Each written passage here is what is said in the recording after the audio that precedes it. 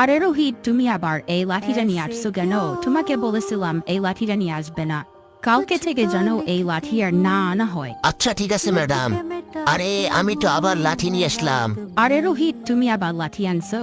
Madam আমি তো স্কুলের ফিটাই ঠিক মতো দিতে পারি না, আবার একটা নতুন লাঠি কিভাবে কিনবো? কালকে নতুন লাঠি চাই, না হলে স্কুল আর আসবি না। আরে স্নেহা, রোহিত কোথায়? ম্যাম, আপনি তো রোহিতকে বলছেন নতুন লাঠি না আনলে স্কুল আর আসবি না।